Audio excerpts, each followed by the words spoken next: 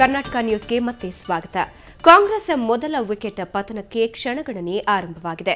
ಸಚಿವ ಸಂತೋಷ್ ಲಾಡ್ ರಾಜೀನಾಮೆ ಪ್ರಹಸನಕ್ಕೆ ಸ್ವಲ್ಪ ಮಟ್ಟಿಗೆ ತೆರೆ ಬಿದ್ದಿದೆ. ಇವತ್ತು ಬೆಳಗ್ಗೆ ನವದೆಹಲಿಯಿಂದ ವಾಪಸ್ ಬಂದ ಸಂತೋಷ್ ಲಾಡ್ ಖಾಸಗಿ ಕಾರ್ನಲ್ಲಿ ಸಿಎಂ ನಿವಾಸಕ್ಕೆ ಭೇಟಿ ನೀಡಿದರು. ಸುಮಾರು 20 ನಿಮಿಷಗಳ ಕಾಲ ಲಾಡ್ ಹಾಗೂ ಸಿಎಂ ನಡುವೆ ಮಾತುಕತೆ ನಡೆಯಿತು. ಈ ವೇಳೆ ಸಿದ್ದರಾಮಯ್ಯ ರಾಜೀನಾಮೆ ನೀಡುವಂತೆ ಸೂಚಿಸಿದ್ದಾರೆ. ರಾಜೀನಾಮೆ ಅನಿವಾರ್ಯತೆ ಹಾಗೂ ಪಕ್ಷ ಮತ್ತು ಸರ್ಕಾರದ ಬದ್ಧತೆ ಬಗ್ಗೆ ಮನವರಿಕೆ ಮಾಡಿಕೊಟ್ಟಿದ್ದಾರೆ. ಇದಕ್ಕೆ ಒಪ್ಪಿದ ಲಾಡ್ ಮಾಧ್ಯಮಗಳ ಕಣ್ತಪ್ಪಿಸಿ ಹೊರ ನಡೆದಿದ್ದಾರೆ ಎನ್ನಲಾಗಿದೆ.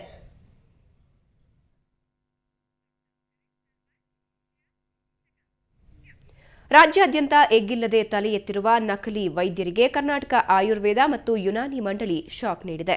ಇವತ್ತು ಹಲವೆಡೆ ನಕಲಿ ಆಸ್ಪತ್ರೆಗಳ ಮೇಲೆ ಅಧಿಕಾರಿಗಳು ದಾಳಿ ನಡೆಸಿದ್ದಾರೆ. ಬೆಂಗಳೂರಿನಲ್ಲಿ ಡಾ ತಿಮ್ಮಪ್ಪ ಶೆಟ್ಟಗಾರ್ ನೇತೃತ್ವದಲ್ಲಿ ಅಧಿಕಾರಿಗಳ ತಂಡ ಕುರುಬರಹಳ್ಳಿಯಲ್ಲಿರೋ ರಾಮ್ ಕನ್ಸಲ್ಟೇಷನ್ ಸೆಂಟರ್ ಮೇಲೆ ದಾಳಿ ನಡೆಸಿದ್ದಾರೆ. ವೈದ್ಯರ ಹೆಸರಲ್ಲಿ ಚಿಕಿತ್ಸೆ ನೀಡುತ್ತಾ ಇದ್ದ ರಾಮ್ ಎಂಬಾತನನ್ನ ವಶಕ್ಕೆ ತೆಗೆದುಕೊಂಡ ತಂಡ ಮಹಾಲಕ್ಷ್ಮಿ ಲೇಔಟ್ ಪೊಲೀಸರಿಗೆ ಒಪ್ಪಿಸಿದೆ. ಇನ್ನು ಬಳ್ಳಾರಿಯ ಬಾಪೂಜಿ ನಗರದ ಸರೋಜಾ ಕ್ಲಿನಿಕ್, ವಡ್ಡರಬಂಡಿಯ ಸಿರಿಗೆರೆ ಕ್ಲಿನಿಕ್ ಸೇರಿದಂತೆ ರಾಮೇಶ್ವರಿ ನಗರ, ದೇವಿನಗರ, ಬೆಳಗಲ್ ಕ್ರಾಸ್ಗಳಲ್ಲಿಯೂ ಕೂಡ ದಾಳಿ ನಡೆಸಿ ನಕಲಿ ವೈದ್ಯರನ್ನ ವಶಕ್ಕೆ ಪಡೆದಿದ್ದಾರೆ. ದಾಳಿಯ ವೇಳೆ ಕೆಲ ನಕಲಿ ಔಷಧಿಗಳು ಕೂಡ ದೊರಕಿವೆ.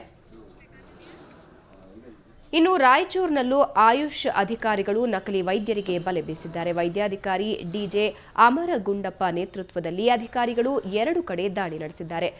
ಚಿಟಿ ಟಾಕೀಸ್ ವೃತ್ತದಲ್ಲಿರುವ ಫೈಲ್ಸ್ ಕ್ಲಿನಿಕ್ ಮೇಲೆ ದಾಳಿ ನಡೆಸಿದ ಅಧಿಕಾರಿಗಳು ನಕಲಿ ವೈದ್ಯ ಗೌತಮ್ ದೇಬ್ ಎಂಬಾತನನ್ನ ಬಂಧಿಸಿದ್ದಾರೆ. ಪದ್ಮನಾಭ ಚಿತ್ರಮಂದಿರದ ಬಳಿ ಇರುವ ಪಿಎಸ್ ರಾವ್ ಕ್ಲಿನಿಕ್ ಮೇಲೆಯೂ ದಾಳಿ ನಡೆಸಿ ನಕಲಿ ವೈದ್ಯನನ್ನ ವಶಕ್ಕೆ ಪಡೆದಿದ್ದಾರೆ.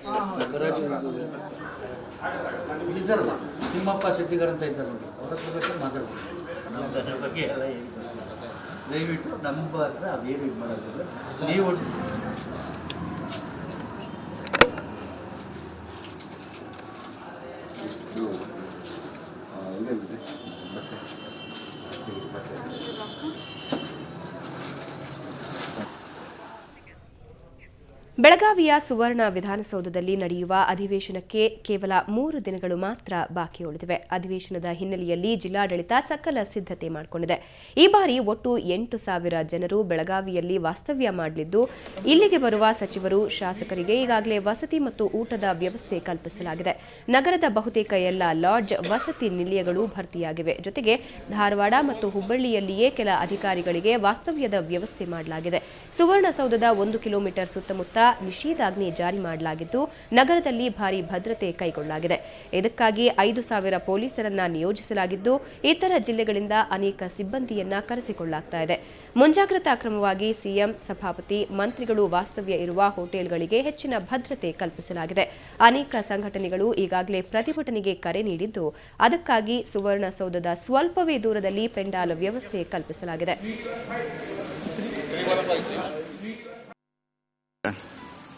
ಸ್ಪೀಕರ್ಗಳಿಂದ ಏನು ಆದೇಶ ಬಂದಿತ್ತು ಆ ರೀತಿ ಎಲ್ಲ ಸಂಪೂರ್ಣವಾಗಿ ವಸತಿ ಇರಬಹುದು, ಅವ್ರ ಊಟಿನ ವ್ಯವಸ್ಥೆ ಇರಬಹುದು, ಮತ್ತು ಮುಂಜಾಗ್ರತಾ ಕ್ರಮವಾಗಿ ಪೊಲೀಸ್ ಇಲಾಖೆಯಿಂದ ಕೈಗೊಳ್ಳುವಂತ ಎಲ್ಲ ಕ್ರಮಗಳನ್ನು ಮಾಡಿ ಒಟ್ಟು ಸುಗಮವಾಗಿ ಕಾರ್ಯಕಲಾಪ 10 ದಿವಸಗಳವರೆಗೆ ನಡಿಬೇಕನ್ನಕ್ಕೆ ನಮ್ಮ ಜಿಲ್ಲಾಧಿಕಾರಿ ಜಯರಾಮ್ ಅವರು, SP ಅವರು, IG ಅವರು ಕೂಡ ಬಹಳಷ್ಟು ಶ್ರಮ ವಹಿಸಿ ಬಹಳ ಅಚ್ಚುಕಟ್ಟಾಗಿ ನಡೆಸಲಿಕ್ಕೆ ಎಲ್ಲ ರೀತಿಯಿಂದ ಸಂಪೂರ್ಣವಾಗಿ ಸಿದ್ಧತೆನ ಮಾಡಿಕೊಂಡಿದ್ದಾರೆ. ಇದೆಲ್ಲ ಪೂರ್ವ ಸಿದ್ಧತೆಗಳ ಎಲ್ಲ ಸಂಪೂರ್ಣವಾಗಿ ಮುಗಿದಿದೆ.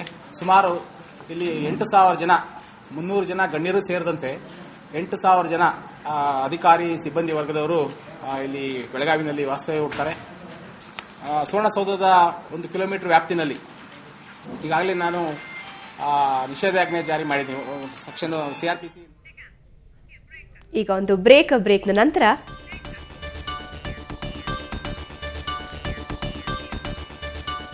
ಮನುಷ್ಯರಿಗೆ ಮಾತು ಕಲಿಸುತ್ತೆ ಗಿಳಿ, ಕಲ್ಲಿನ ಗಿಳಿ ನೆಕ್ಕಿದ್ರೆ ಬರುತ್ತೆ ಸ್ಪಷ್ಟ ಉಚ್ಚಾರಣೆ. ಗುಲ್ಬರ್ಗಾದ ದರ್ಗಾದಲ್ಲೊಂದು ವಿಚಿತ್ರ ನಂಬಿಕೆ.